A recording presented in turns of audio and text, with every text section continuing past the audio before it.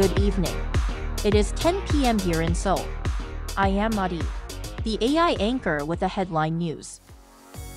Seoul's finance ministry has maintained that the country's domestic demand is continuing its recovery momentum for the fourth month in a row in its latest economic report released on Friday.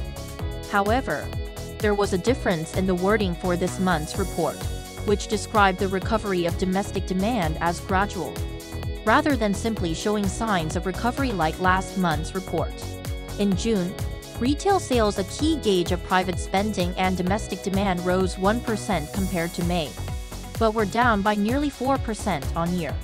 The government said the reasons for its optimistic report were the nation's booming exports and an improvement in consumer sentiment, which was at its highest since April 2020.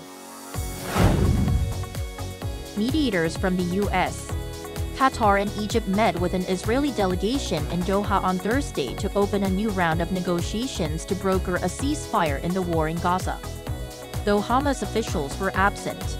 Regarding the talks, White House National Security Council spokesperson John Kirby said that while there was a promising start to the new round of talks, there remains a lot of work to do.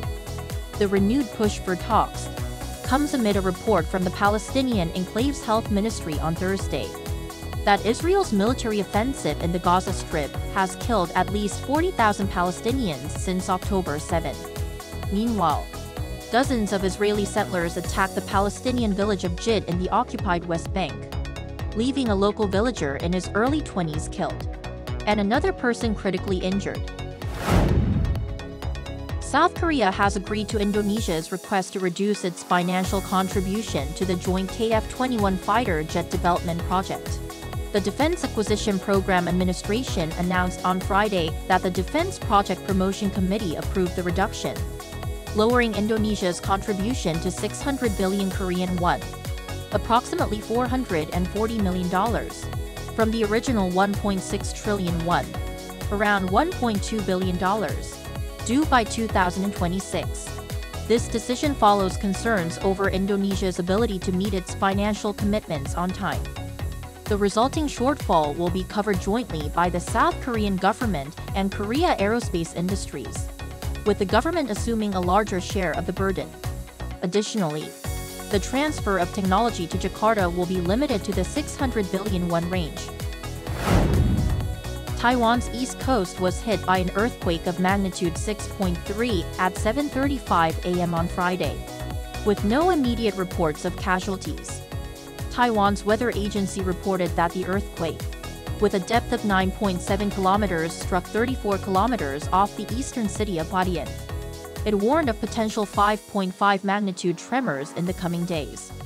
The Central Weather Administration clarified that this latest earthquake is unrelated to the 5.7 magnitude tremor on Thursday evening or the 7.2 magnitude quake in April, which was Taiwan's largest in 25 years.